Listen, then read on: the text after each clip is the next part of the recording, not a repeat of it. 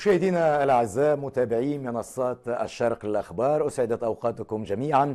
أهلا بكم إلى هذه المقابلة الخاصة مع السيد سعد الدين العثماني رئيس الحكومة المغربية. دكتور سعد الدين، أهلا وسهلا بك على قناة الشرق. شكرا جزيلا، مرحبا. نبدأ بالتطورات الأخيرة ونسأل عن التداعيات الممكنة دبلوماسيا، خاصة على موضوع تطبيع المغرب لعلاقاته مع إسرائيل، خصوصا وأن المغرب يرأس والعاهل المغربي شخصيا يرأس لجنة القدس. أسأل طبعا في علاقة بالقضية الفلسطينية. شكرا جزيلا. لا شك أن هذا سؤال مهم يطرحه جميع المستمعين والمواطنين في المشرق العربي، وأريد أن أؤكد بأن جلالة الملك كان قد اتصل مع الرئيس محمود العباس، والهدف من الاتصال هو أن يؤكد له بأن موقف المغرب من قضية القدس وقضية فلسطين ثابت لا يتغير، وأن جلالة الملك والمغرب يضعان القضية الفلسطينية في مستوى قضية الصحراء المغربية. وأكد جلالة الملك في هذه المكالمة، وهذا كله صادر في بلاغ رسمي من الديوان الملكي، بمعنى أنه موقف رسمي من أعلى هرم الدولة، دولة المملكة المغربية. يعني هو اتصال بعدي وليس قبلي. هناك من قال إنه اتصال من باب رفع العتب والإعلام بالأمر وليس فيه أي تنسيق مسبق. ما رأيك؟ ليست لي معلومات، هذه أمور ليست في لكن ليس المهم هو المواقف التي أعلن عليها جلالة الملك، والتي هي واضحة، وخصوصا أنه أكد على أن المملكة المغربية باستمرار تدافع عن إسلامية المسجد الأقصى، والطابع الإسلامي للمسجد الأقصى، والطابع الإسلامي للمدينة المقدسة، وعدم تغيير الطابع الخاص للقدس الشريف، وأن هذا من ثوابت تعامل المملكة المغربية مع القضية الفلسطينية، وأن المغرب سيبقى باستمرار مدافعا عن الحقوق المشروعة للشعب الفلسطيني. أظن بأن هذه المقاربة المغربية هي مقاربة مغربية خالصة. نعم. عنده ثوابت معينة في التعامل مع القضية الفلسطينية، وأيا كانت المتغيرات أو الأمور الأخرى التي تستجد، فإن هذه الثوابت سيحرص المغرب على أن يلتزم بها. وأظن بأن هذا شيء مهم يجب أن يستثمره الإخوة الفلسطينيون. نعم. لأن المغرب قام بجهود كثيرة في الدفاع عن القضية الفلسطينية في مراحل متعددة من التاريخ المعاصر على حسب جهده بطبيعة الحال، وهو مستعد ليقوم بمزيد من الخطوات والجهود لدعم هذه القضية. لكن هناك من يرى أيضا أن هذه الخطوة المتقدمة دبلوماسيا جاءت على خلفية تغييرات وملف مهم جدا بالنسبة للمغرب، أعني موضوع الصحراء. وحتى بعض المراقبين وصف الأمر بالمقايضة، اعتراف أمريكي بسيادة مغربية على الصحراء مقابل إقامة علاقات مع إسرائيل. ما تعليقك على مثل هذا التقييم للأمر؟ أولا لا بد أن يفهم المشاهد العربي أهمية قضية الصحراء بالنسبة للمغاربة عموما. قضية الصحراء هي قضية استكمال سيادة وطنية على جزء من أرض الوطن، استكمال الوحدة الوطنية والترابية، وهو أمر ناضل عليه المغاربة منذ عقود من الزمان. قبل 75 لما كانت المسيرة الخضراء، قبل المسيرة الخضراء كان هناك استكمال أجزاء من استعمرت من المغرب في الشمال وفي الجنوب، لأن استعمار المغرب تم على مراحل، وإعادة الاستقلال تم أيضا على مراحل. نعم. وكانت من بين هذه المراحل سنة 1975 المسيرة الخضراء التي أعادت الأقاليم الصحراوية الجنوبية إلى حضن الوطن. ولكن مع الأسف الشديد وجدت حركة انفصالية تنازع المغرب في هذا، ونتيجة ظروف الحرب الباردة التي كانت آنذاك تموقع المعسكر الشرقي وراء الاتحاد السوفيتي آنذاك لمنازعة سيد رئيس الحكومة، لو سمحت لي سنأتي إلى موضوع الصحراء، لكن كلاهما مسار مختلف ومتوازيان. ربما الربط، سألتك عن موضوع المقايضة وربط هذا بذاك، ما الذي دعا المغرب إلى يربط بين الأمرين؟ هو الربط بين الأمرين هذا أمر أتى واقعا، يصعب أن أتحدث في خلفياته. ولكن المهم أن ندرك بأن توقيع الرئيس الأمريكي على الإعلان الرئاسي بالاعتراف بسيادة المغرب على الصحراء هذا تحول استراتيجي وتاريخي مهم بالنسبة لقضية الصحراء، لأن أغلب الدول الغربية تدخل هذه المنطقة في منطقة نزاع. هناك بعض الدول العربية والدول الإفريقية وبعض دول أمريكا اللاتينية أو أمريكا اللاتينية مشكورة هي مدافعة عن مغربية الصحراء. يعني إذا فهمتك جيدا، ولكن دولة غربية كبرى هذه الأولى أول مرة. ألم يضحي المغرب هنا بالقضية الفلسطينية ودعمه التاريخي لها مقابل سيادة كاملة على الصحراء؟ لماذا أتت مكالمة جلالة الملك؟ ولماذا أتى بلاغ الدول الملكي؟ ولماذا التأكيد على التوابيت المغربية؟ لنقوم لن نضحي بالقضية الفلسطينية ولا بدعمنا للقضية الفلسطينية والقضية القدس. أتى بلاغ واضح سطر ذلك في مبادئ واضحة ذكرتها لا حاجة إلى إعادتها. نعم. لكن هي نفس المبادئ التي كان قد دافع عنها المغرب باستمرار. لا ننسى بأنه لما قام الرئيس ترامب بتغيير مقر السفارة الأمريكية من تل أبيب إلى القدس جلالة الملك أعلن أنه يرفض هذا وأنه متمسك بأن القدس بالطابع الإسلامي للقدس وبأنها عاصمة الدولة الفلسطينية التي ندعم إنشاءها دولة مستقلة، دولة ذات سيادة، دولة كاملة السيادة. فلذلك موقف المغرب واضح، وأرسل رسالة واضحة إلى الرئيس ترامب وأرسل إلى عدد من المنظمات الدولية. فلذلك لا خوف على أن يكون لهذا تأثير على دعم المغرب للقضية الفلسطينية، وإلا لما كان هذا الاتصال مع الرئيس عباس أبو مازن. ويمكن أن أضيف وأقول بأن الأيام المقبلة ستثبت بأنه المغرب سيبقى دائما مع إخوائه وأشقائه الفلسطينيين. هذه الخطوة المغاربية جاءت في سياق سبقت إليه خطوات عربية أخرى أعني التطبيع. هل تأثر المغرب بهذه الخطوات السابقة؟ هل حدث تنسيق أم أن الأمر كان أحاديا سياديا من المغرب ومضى في خيارها الدبلوماسي إلى النهاية دون الالتفات إلى من طبع ومن لم يطبع من الدول العربية قصد؟ ما تعليقك على هذه الخطوات؟ السياسة الخارجية أثبت المغرب باستمرار أنه يأخذ قراراته سياديا، وأن في كثير من النزاعات التي وقعت في المنطقة العربية المغرب دائما موقفه كان موقفا على حسب قناعاته. لنذكر الأزمة الخليجية الحالية، موقف المغرب. لنذكر المسألة الليبية وكيف المغرب حاول أن يمسك العصا من الوسط وأن يكون تفاعله وعلاقته مع الطرفين علاقة تواصل، وأن هو المغرب دائما في هذه الأمور أولا وقبل كل شيء يعمل جاهدا إما أن يكون عنصر حل وفاعلا إيجابيا وإما أن لا يكون. يعني أفهم من كلامك الموضوع يرتب منذ فترة عفوا بغض النظر. ثانيا ليس لهذا علاقة بأي مسار آخر أو موقف طرف آخر. يعني يرتب منذ فترة طبيعة الحال، ليس تأثرا. هذه أمور يعد لها لأن اعتراف الولايات المتحدة بمغربية الصحراء هذا يحتاج إلى جهد كبير للإقناع وإلى تواصل وبالمناسبة موقف الولايات المتحدة من الصحراء المغربية تطور طيلة السنوات الأخيرة 10 أو 15 سنة الأخيرة.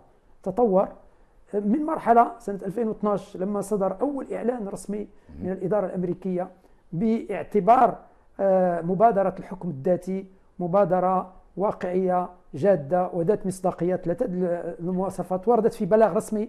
كان هذا اقتراب من هذا الحل. دعني أسأل عن الموقف الأمريكي، سنأتي إلى موضوع الصحراء بتفاصيله، لكن هل من ضمانات أمريكية بأن يتواصل ويتدعم هذا التمشي؟ البعض يرى أن المغرب تسرع بأن وقع أو بأن قبل بهذه الهدية أو الموقف الأمريكي، والرئيس الأمريكي سيغادر بعد أيام قليلة وهناك ساكن جديد للبيت الأبيض، أم أن قدمت الإدارة الأمريكية ضمانات للمغرب؟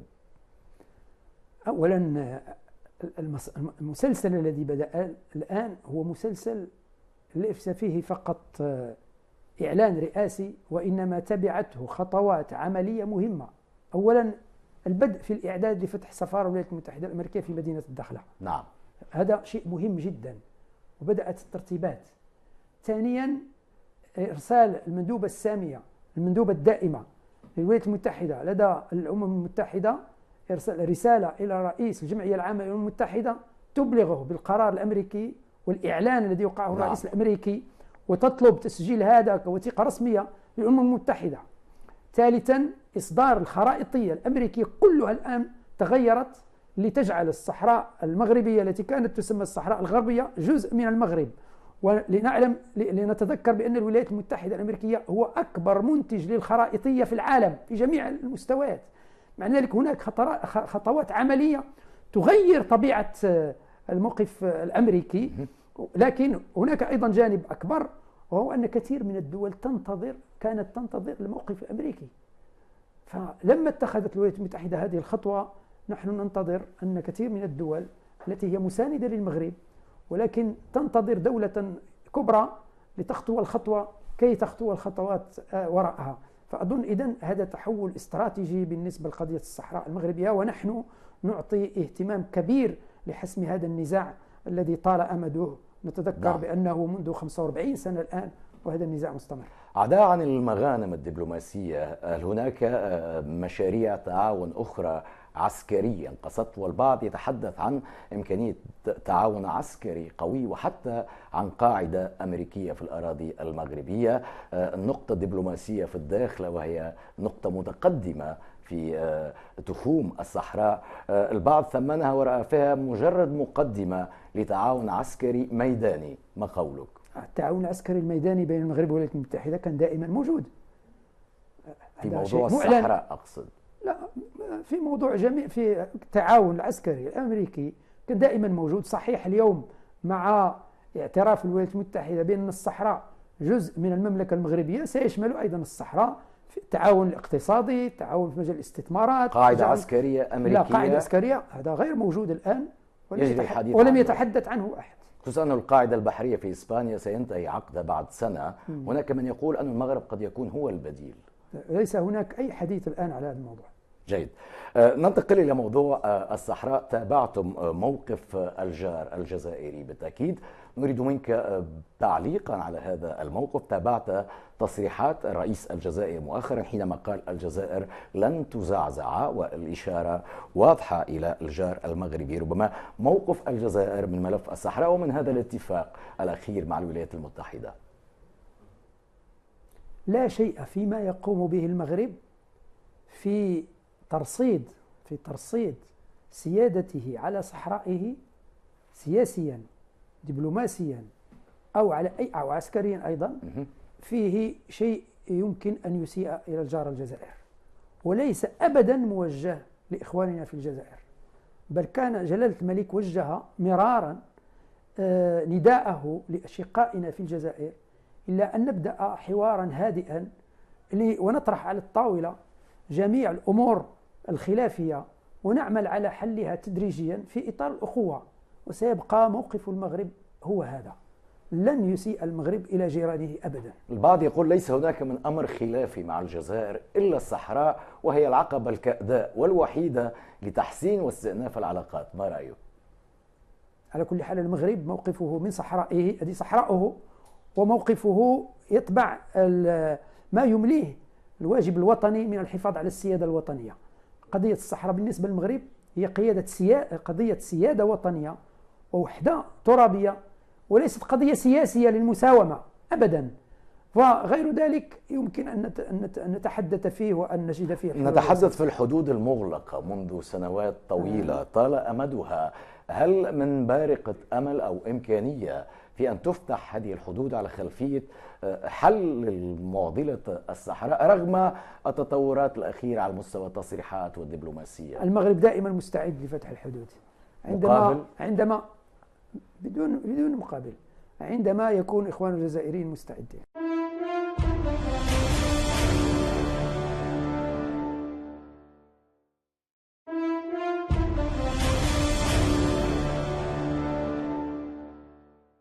الوضع الأمني الآن في الحدود المغربية بعد العملية العسكرية في الكركارات مؤخرا، جبهة البوليساريو تصدر مواقف، بيانات، إعلان الجيش المغربي يلتزم الصمت. حقيقة الوضع على الميدان، قالت حتى البوليساريو في حالة حرب وفي حل من كل اتفاقات سابقة.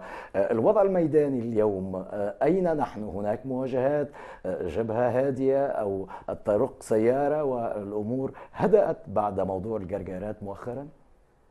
معبر الجرجارات الذي يربط بين المغرب وموريتانيا هادئ آمن، والحركة فيه منسابة، وأنا شخصيا زرته وزارته وفود كثيرة بما فيها وفود بعض الأشخاص من خارج المغرب، وتمر فيه شاحنات وسيارات من شمال المغرب، يعني من دول أخرى وليست فقط مغربية، ومن جنوبه أي إفريقيا.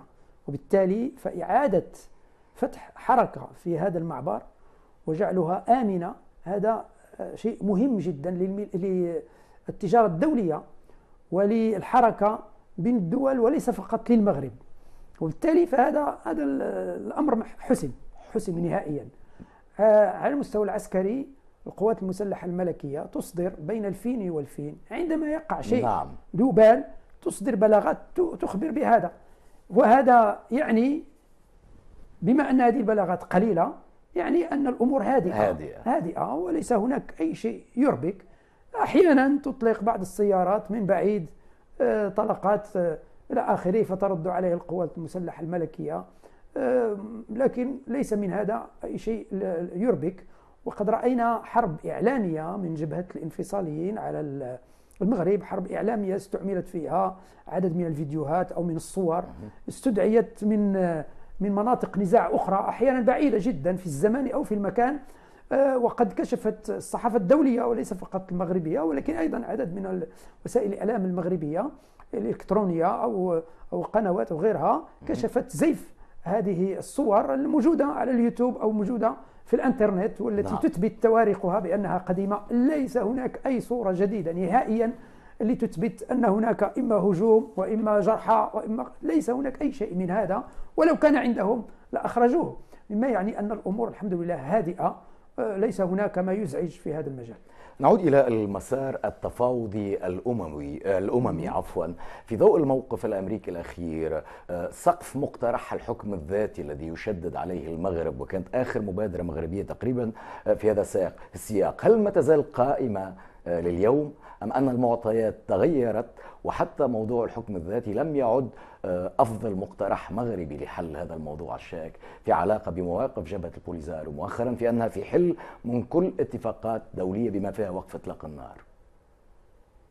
أظن بأن التحولات الأخيرة التي وقعت دبلوماسيا بالخصوص وسياسيا، وخصوصا فتح 18 قنصلية لبلدان عربية وإفريقية ومن أمريكا اللاتينية أيضا في الصحراء المغربية في الداخلة في مدينتي الداخلة والعيون، هذا تحول أيضا على المستوى الدبلوماسي، تحول كبير. أي أن الدول لم تعد فقط تقول نحن ندعم المغرب في صحرائه وندعم مغربية الصحراء، ولا أنه ندعم مسلسل أممي إلى آخره، وإنما أصبحت تقوم بخطوات عملية تدعم السيادة الوطنية أو تثبت بأنها تؤمن بهذه السيادة الوطنية، وهذا تحول كبير جدا، وهذا تحول مهم. ثم أتت عملية الجرجارات كي تثبت بأن المغرب قادر على أن يتدخل بطريقة مهنية واحترافية عالية جدا ليحل إشكالات معقدة الأمنية وغيرها على الأرض. ثم بعد ذلك جاءت الخطوة الأمريكية، الإعلان الرئيس الأمريكي، هذه كله بطبيعة الحال أصاب جبهة الانفصاليين التي تسمى البوليساريو، أصابها بنوع من الصدمة، ومع الأسف قامت برد فعل غير متوازن نهائيا الذي هو الإعلان عن عدم التقيد أو التوقف عن التقيد بوقف إطلاق النار.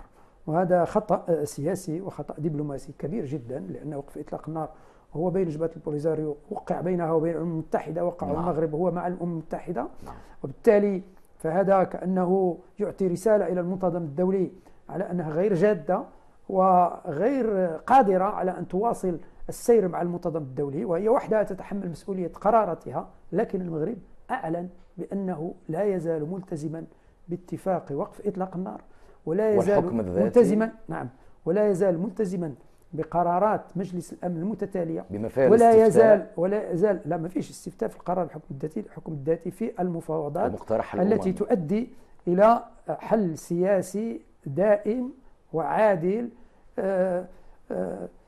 وواقعي، وأيضا ملتزم بالحكم الذاتي، بمبادرة الحكم الذاتي التي قدمها. المغرب لا يزال ملتزم بهذه الثوابت، وهو لم يحد عنها، وسيبقى يتابع المسلسل الأممي ويساهم فيه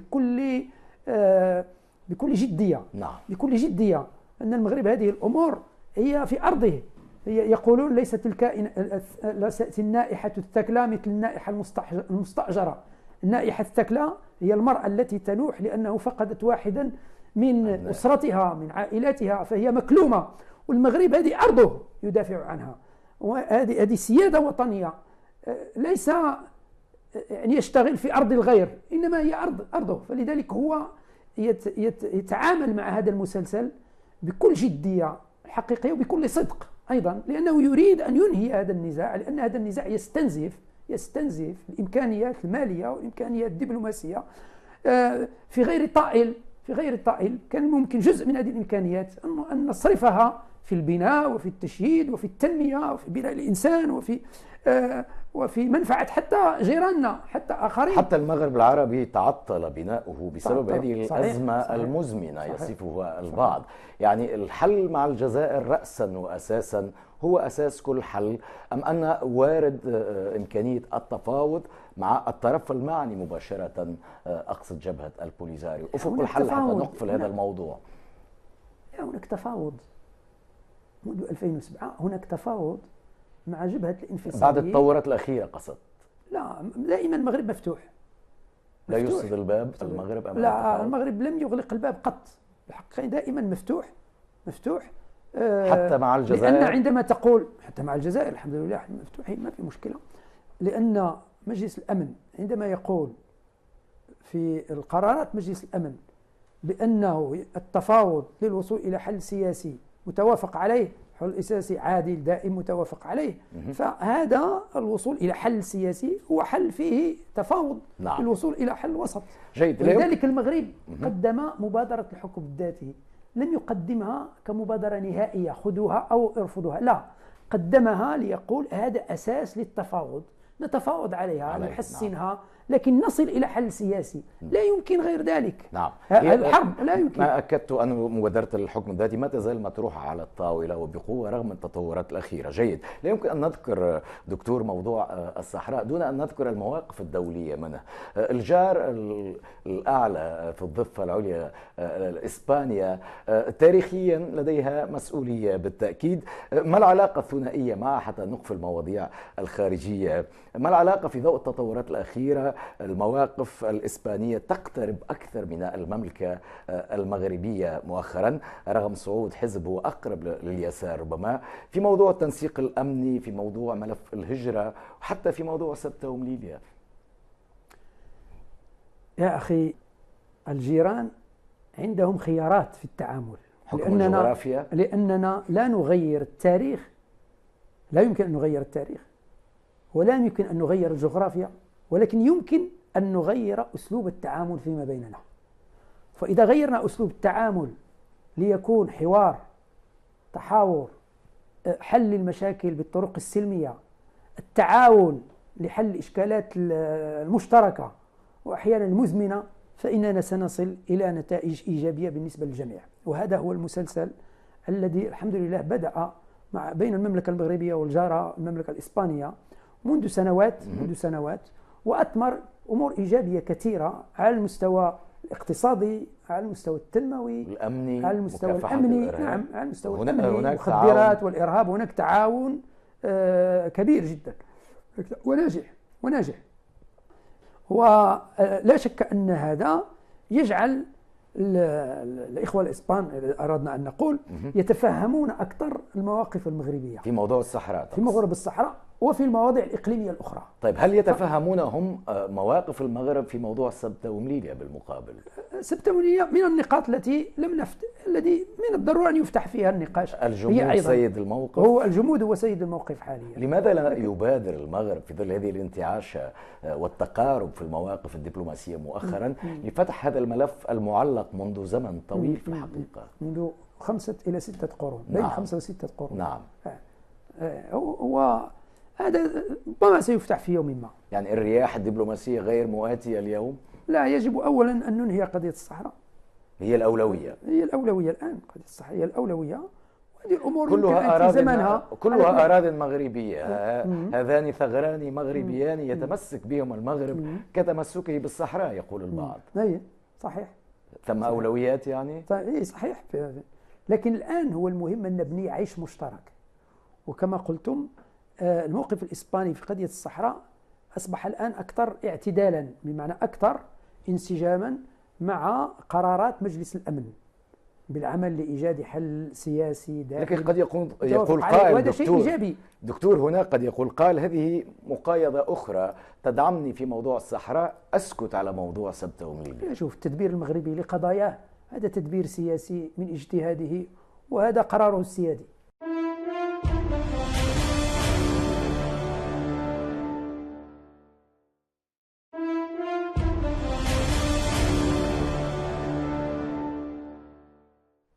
ننتقل للشأن الداخلي وهو على قدر من الأهمية في الحقيقة، وسيادتك رئيس الحكومة المسؤول الأول عن السياسات وتنفيذها في المغرب، بما أن الحكومة تتحمل مسؤوليتها في موضوع كورونا. جرى حديث كثير في الحقيقة عن ريادة المغرب في التعامل مع هذا الداء. حتى في موضوع اللقاح أعلن المغرب أنه من أول الدول العربية تقريبا الذين أو التي عقدت صفقات في موضوع شراء اللقاح. نبدأ بالوضع الاقتصادي المتأثر جدا، الوضع الاقتصادي والطبي أيضا. ما صورة الوضع إثر تأثير جائحة كورونا اليوم على الاقتصاد المغربي تحديدا، والإجراءات الحكومية المتخذة البعض يرى فيها منقوصة ربما في التعامل الإيجابي والسريع والمتجاوب مع هذه الأزمة وتأثيراتها؟ هو تعامل المغرب مع جائحة كورونا بالعكس كان سريعا، وكان فاعلا، وكان استشرافيا واستباقيا، وبالتالي فالحمد لله هو تجربة دولية منوه بها. صحيح أنه هذا لا يعني حل جميع أننا حللنا جميع المشاكل، فكورونا هذه جائحة تعاني منها أغلب دول العالم، ولها تأثيرات كبيرة على الاقتصاد العالمي، وستؤدي إلى الانكماش في هذا الاقتصاد العالمي. وبالتالي المغرب أيضا بحكم أنه بلد مفتوح سيعيش انكماش اقتصادي في سنة 2020 لكن سيعيش يعني نمو مهم سيصل إلى 4.5% تقريبا في سنة 2021. هذه الانتظارات على الورق. الواقع يقول أن حتى الاستثمارات الأجنبية والمغرب أي واقع، لا، هذه توقعات منظمات الوطنية والدولية حتى صندوق النقد الدولي، لكن مؤسسة فيتش ناقص 6% هذه السنة وزائد 4.5%. مؤسسات التصنيف الدولي أنزلت منزلة المغرب إلى عالي المخاطر مؤخرا، أذكر فيتش مثلا. هذا دليل على أن الاقتصاد المغربي يعاني من مشاكل جراء جائحة كورونا كما كل العالم في الحقيقة. موضوع الاستثمارات الأجنبية، شركات صناعة السيارات وقطاعها وما إلى ذلك تسرح موظفيها اليوم في العالم، في المغرب في أماكنها. هذا لم يحدث وقد يحدث في المغرب في المستقبل القريب يقول البعض. لا، هذا البعض ليس له نظرة استشرافية إلى ما يفعله المغرب. بالعكس، الآن في هذه الأيام نستقبل مستثمرين جدد في مجال صناعة السيارات. الآن توقع اتفاقيات مع مستثمرين جدد الذين سيستثمرون وسيشغلون الآلاف من أطر أو مهندسين أو عمال لاستكمال المنظومة، لأن صناعة السيارات هي منظومة كاملة. هذه المنظومة نستكملها تدريجيا. لكن كيف تستثمر وتفتح في المغرب وهي تسرح العمال في أماكنها الأصلية؟ هذه العبقرية المغربية. فرنسا وإسبانيا. لا، الذي تفتح العمال هي شركات السيارات. لكن شركات صناعة قطع غير السيارات بعضها، لكن المغرب الآن فيما يخص صناعة السيارات استرد في شتنبر أكثر من 93% من مناصب الشغل التي كانت عنده. بمعنى الآن لم ينقص من مناصب الشغل التي يشغلها قطاع السيارات إلا 7% بالمقارنة مع شهر ماي، يعني في عز الجائحة والأزمة العالمية. ونحن نأمل أنه سيسترد هذه 7% أيضا في الأشهر المقبلة. لكن عفوا الانكماش وتصدير الاقتصاد، البطالة، النقابات لها رأي آخر، ربما في تزايد. لا يجب أن نفرق. هناك قطاعات أخرى غير قطاع السيارات تعاني أكثر. أتحدث في قطاعات أخرى مثلا، صحيح، مثلا قطاعات صناعة الطيران أيضا. صناعة الطيران لا، هذا يعاني أكثر من السيارات كثير. لماذا؟ لأن صناعة الطيران في العالم تقريبا متوقفة، حركة الطيران متوقفة أيضا. نعم. وبالتالي فهذا يعاني، صحيح، هذا القطاع يعاني أكثر. هناك قطاعات أخرى تعاني أكثر من قطاع صناعة السيارات. نعم. ووسط بينهما قطاع النسيج، الجلد، قطاع الإلكترونيك وقطاعات أخرى. لكن على حسب إحصائيات شهر نوفمبر فإن أغلب هذه القطاعات بدأت تسترد جزءا من عافيتها نسبيا بطبيعة الحال، نعم. وببطء، ولم تسترد بعد كامل عافيتها. ولكن عندنا أمل أنه مع بدء التلقيح سيبدأ انفتاح الاقتصاد العالمي. جيد. حركة الطيران ستتحرك، الشركات ستفتح، لكن هناك حالات إغلاق في المدن. وأنت طبيب بالأصل، هناك إشكالات في التلقيح أيضا. حتى بعض الأطراف السياسية في المغرب عبروا عن مخاوف وقالوا لا تجربوا في المغاربة قصدت تلقيح الصيني سينوفارم. هناك من يتخوف منها، حتى مواطنين عاديين. يعني لماذا هذا الاختيار على اللقاح الصيني أولا؟ ثانيا، لم تصدر أي دراسات علمية، حتى منظمة الصحة العالمية لم تشد بقدرة هذا اللقاح الذي اختاره المغرب. ما رأيك؟ أولا هذا الملف ليس ملف السياسيين، هو ملف المتخصصين. سيادتك طبيب وليس لا، أنا طبيب، ولكن أنا طبيب نفساني. هناك متخصصين في مجال الفيرولوجيا، علم الفيروسات، ومتخصصين في مجال الأمراض السارية. استأنستم برأيهم؟ بطبيعة الحال عندنا لجنة علمية فيها كبار متخصصين في المغرب، ويجتمعون باستمرار ويقيمون كل الخطوات ويصدرون توصياتهم. واعتماد هذا التلقيح هو اعتمد من قبل اللجنة العلمية. نعم. من قبل اللجنة العلمية. وعلى كل حال هذا اللقاح هو من بين عدد من اللقاحات، 11 تقريبا لقاح في العالم. نعم. الآن سجلتها منظمة الصحة العالمية كلقاحات محتملة لتعتمد رسميا. نعم. عالميا، فهي أيضا محتمل أن تعتمد. لكن صحيح أنه المرحلة الثالثة من الأبحاث السريرية انتهت فورا ونحن ننتظر. ولم تكشف نتائجها بعد؟ لا، النتائج تنشر على اللقاح الصيني.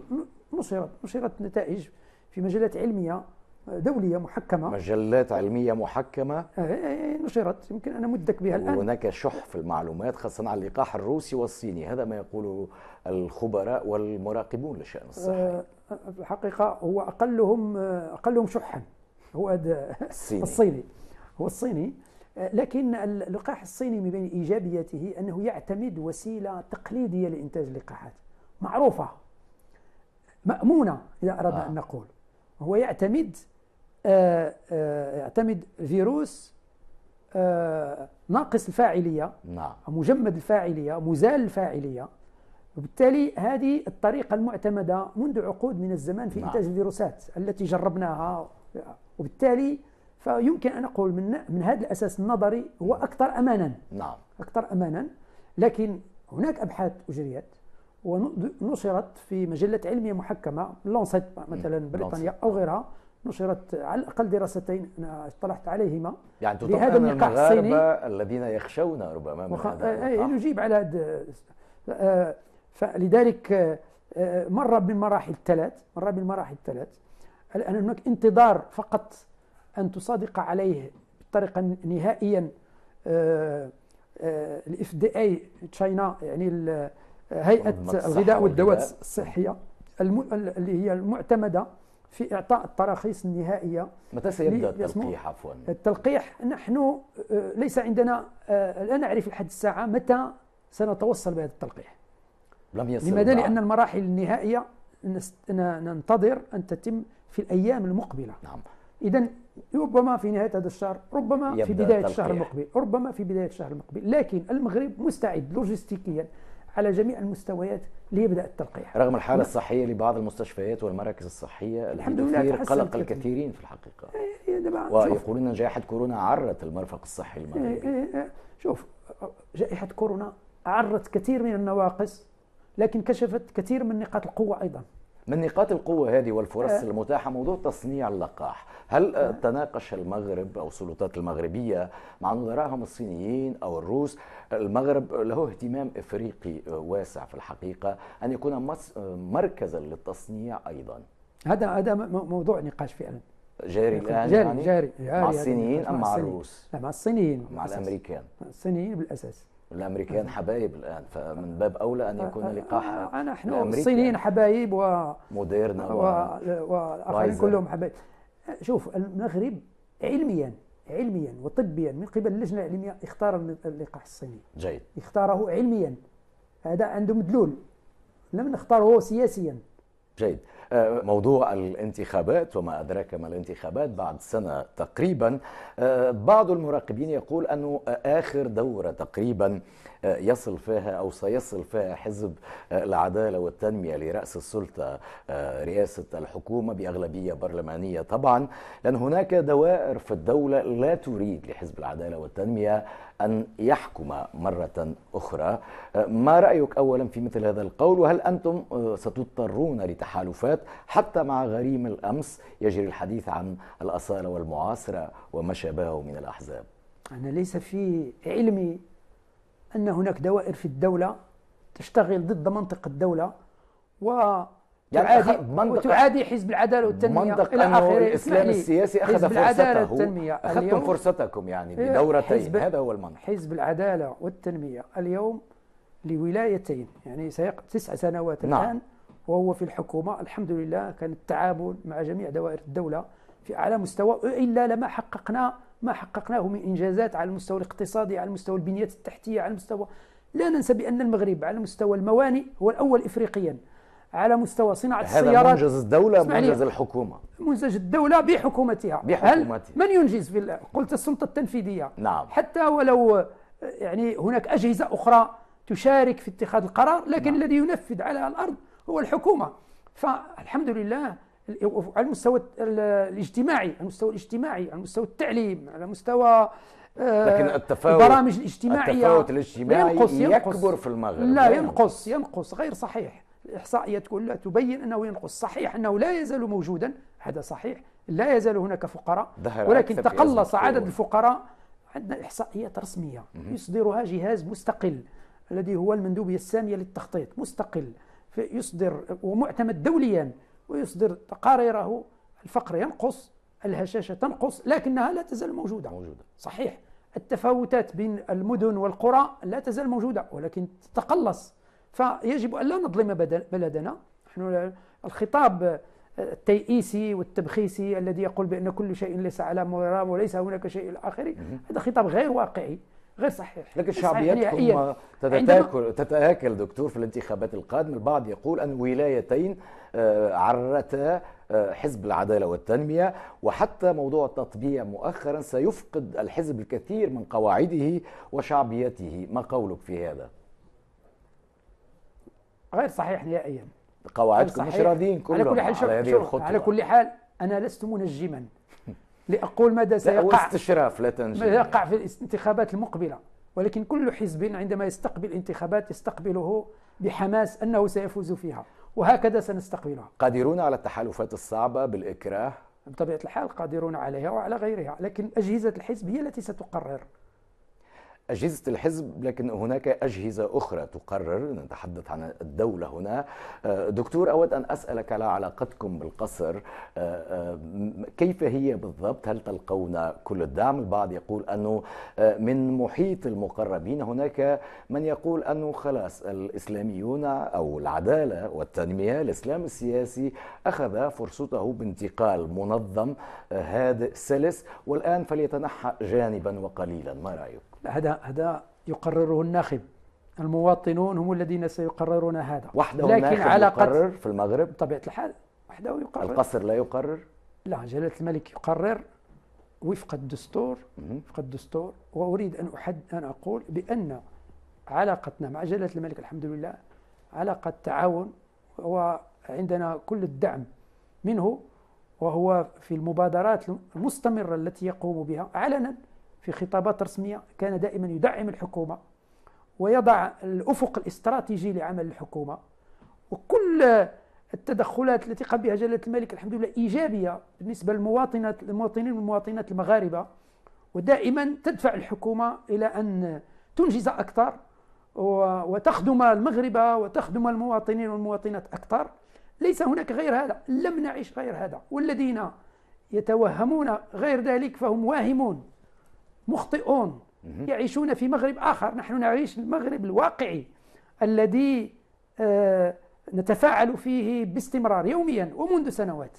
فلذلك لا خوف على المغرب في المستقبل، كما حقق إيجابيات كبيرة في السنوات الأخيرة فهو قادر على أن يحقق إن شاء الله أكثر من ذلك في السنوات المقبلة. سؤالي الأخير دكتور، وأريد أن أوسع الدائرة معك ونحن نختم هذا الحوار الشيق. في الحقيقة البعض يرى بوصلتكم تركيا، حتى التشابه في الأسماء ليس صدفة.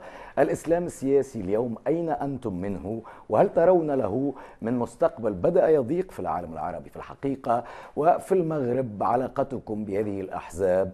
البعض يقول بوصلتكم وخطكم في موضوع الهوية والدين ليس وطنيا صرفا، وإنما يمتد ليتسع عربيا، والبوصلة هي تركيا وحزبها.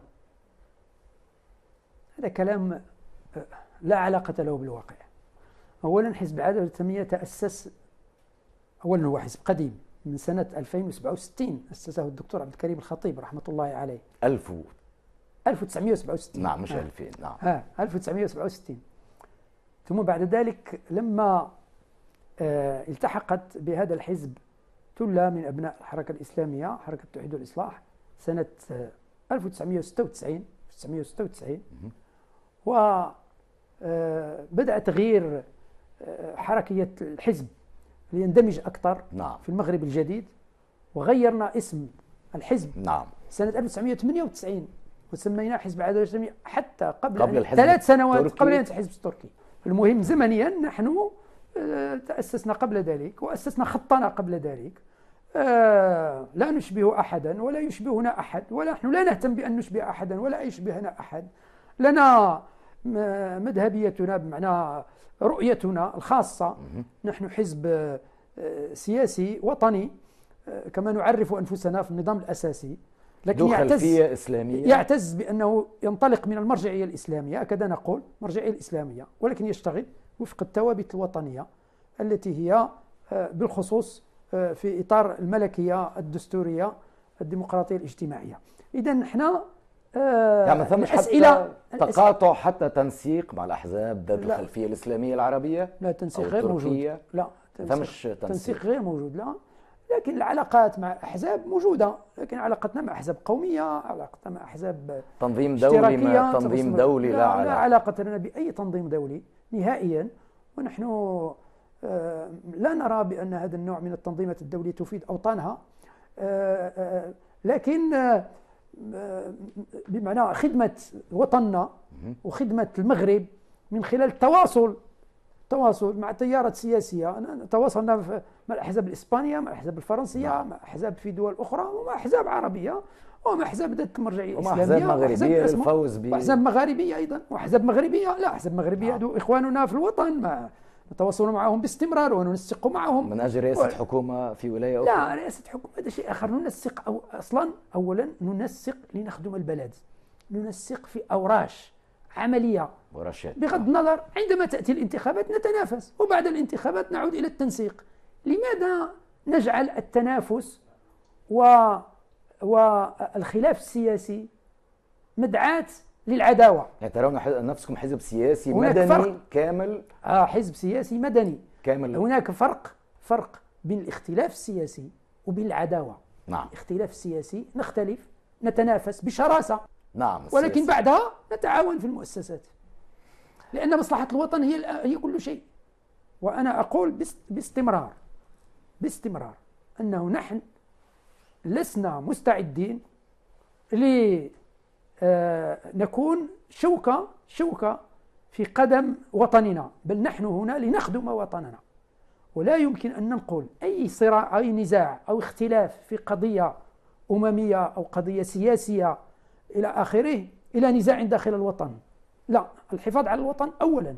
فنحن حزب يعلي شأن الوطن، لأنه إذا لم يوجد هذا الوطن لكن هذه مستقرا، اسمع لي، إذا لم يوجد هذا الوطن مستقرا آمنا مطمئنا، لا يمكن أن نشتغل لا سياسيا ولا اقتصاديا ولا أن ندافع عن أفكارنا ولا أي شيء. لكن قواعدكم أحيانا على يسار هذه القناعات ولها أو ترتبط أكثر ربما بالأحزاب وتتعلق بالأحزاب ذات الخلفية الدينية، ما يسمى بالإخوان بين مزدوجتين. حتى قواعدكم ما ثمش علاقة معهم؟ لا، ليست هناك علاقة، تعاطف. لكن أنا لن أمنع شخصا بأن يتعاطف مع أشخاص آخرين أو مع تيارات لا يمكن. ولكن المهم هو الخط السير العام للحزب، والذي يؤمن به أعضاء الحزب، والذي سجلناه في وثائق الحزب، وهذا منذ سنوات طويلة. أشكرك في ختام هذا الحوار دكتور سعد الدين العثماني رئيس الحكومة المغربية. شكرا لرحابة صدرك وللاستقبال. بهذا نختم حوارنا هذا. الكثير من الأسئلة طرحناها في الحقيقة. أشكرك مرة أخرى، كما أشكركم مشاهدينا الأعزاء على التفضل بمتابعة حوارنا هذا.